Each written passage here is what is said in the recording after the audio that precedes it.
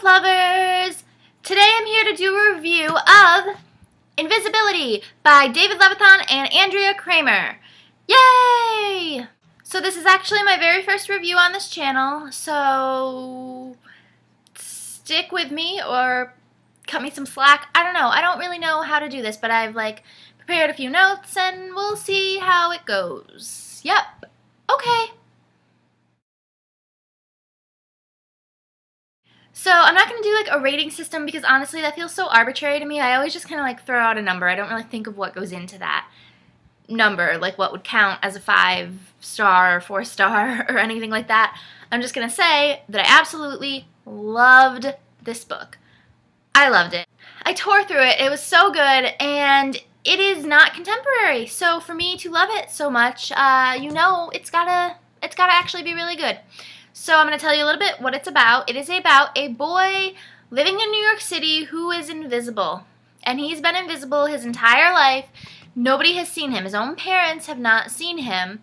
And this is not really spoilery. You find this out very soon. But his mother has been taking care of him his whole life. His dad basically walked out on them because he couldn't handle the fact that he had an invisible son.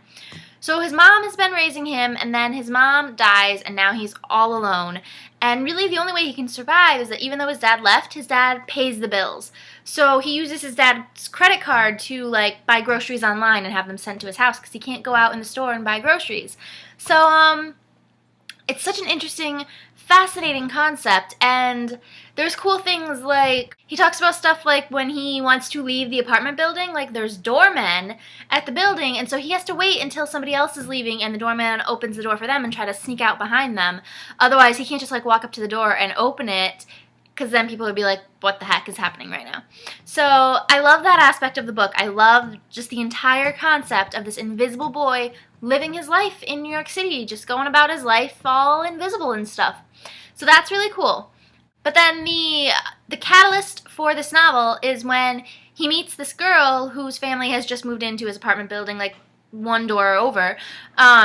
He meets this girl and realizes she can see him. And of course they start this romance, and it's adorable.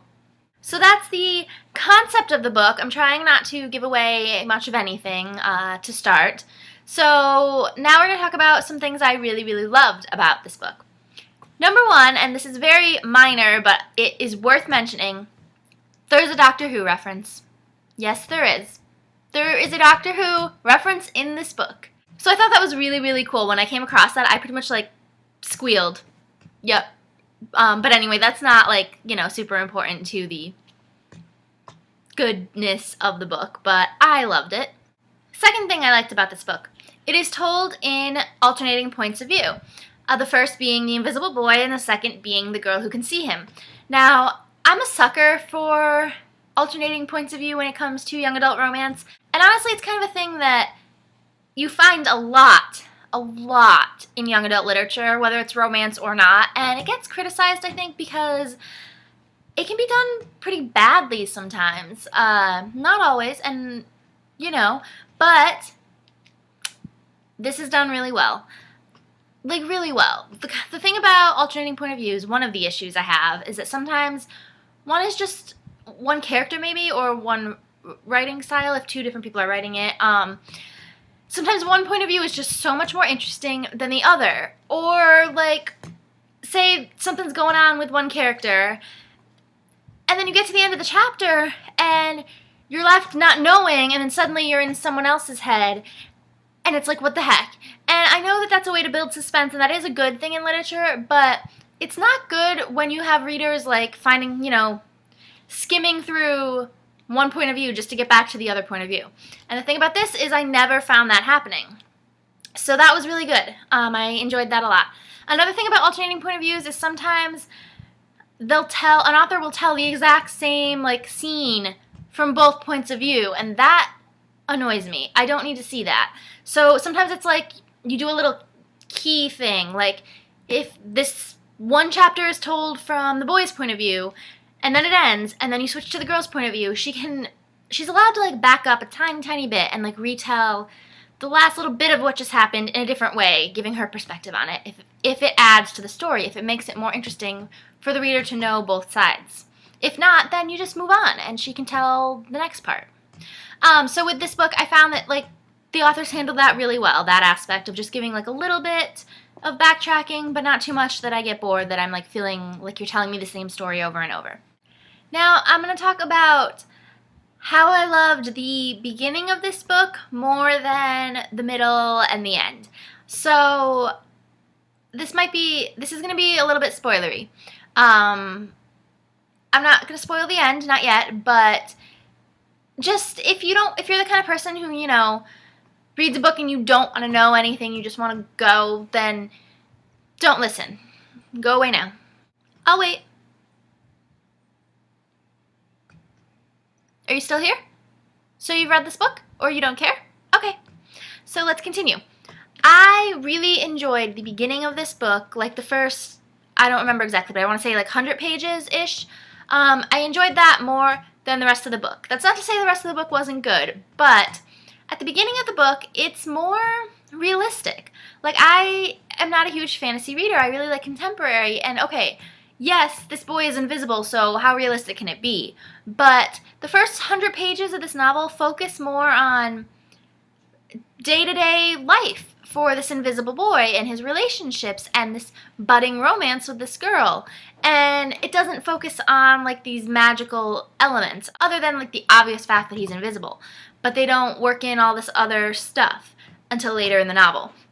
So the first 100 pages, these two are they're just meeting each other and starting this romance, and it's really cute. And the thing about it that I didn't realize, it's not a spoiler because it's pretty darn obvious, but I didn't think of it until I read it.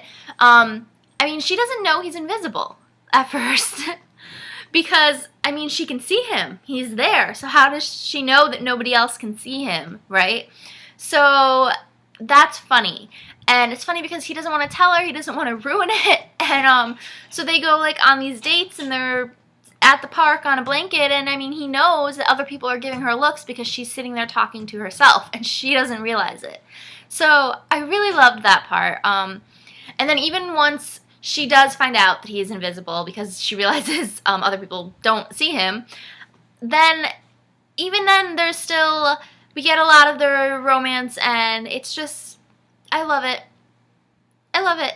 I'm making this book sound like it's all about romance, and it's really not. But that's the part that I just love it. I don't know.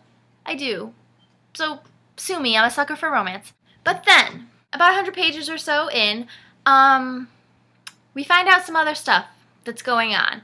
We find out why the boy is invisible, because now we're getting into like a little bit more spoilery, not very much, but a little. There's a curse. There was a curse placed on him, and yeah.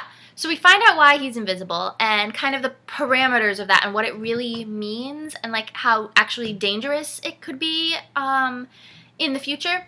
And then we find out something about this girl. Spoiler. She can see him because she has this like magical ability.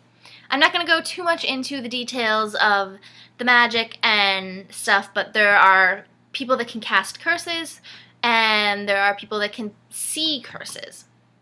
So she can see him because she can see the curse. So I'm not going to talk too much about that. But my point is, I was more interested in just the everyday, I'm an invisible boy, this is my life aspect, than the, oh, this is what's going on, she can see my curse, there's a curse, we have to fix it, blah, blah, blah, magic. It was really good, though. I mean, really, really, really, really good, because I still really loved that. I just liked the beginning more. That's what I'm trying to say. Now I'm going to talk about the one thing I didn't like about this book. And this is spoilery. I'm not going to, like, hardcore spoil it, but a little bit. So, you have time to leave. Go leave, really. If you haven't read this book, go leave, because I don't want to spoil the ending for you. That's silly. Nobody wants to know the ending before they read the book, so go. Okay. You guys still here? You read it? You want to talk about this ending with me? Okay, let's talk about it. Nothing happens at the end. Not that nothing happens. There's all these big action stuff going on, and danger, and saving people, and whatnot, but nothing changes Nothing changes for the protagonist, the boy. The girl's changed because she now knows that she has this whole, like, new ability, but he's right where he started. He's still frickin' invisible, and that's okay with me. I'm not the kind of person who needs a happy ending. Like the girl is trying to find a way to lift the curse and make him not visible, and make him visible. But, and I didn't expect that it was necessarily going to work, and I would be okay with that. But the way they left this, honestly, nothing changes. And it is a very open-ended ending, so I'm wondering if there's going to be a sequel, because with fantasy, there's always a sequel. I really do think this could stand alone. It would just have a slightly dissatisfying ending, to me at least, but, I don't know. I feel like the two characters went through a whole lot over the course of this novel just for nothing to be better for them at the end. So that just disappointed me a little, but there's that. So, talk to me in the comments about this book, but if you haven't read it and you want to, or if you have, then I'd love to have a discussion about what you liked and didn't like, but be careful not to spoil anyone, please. And that's all for today. Okay, guys, bye! Now go read.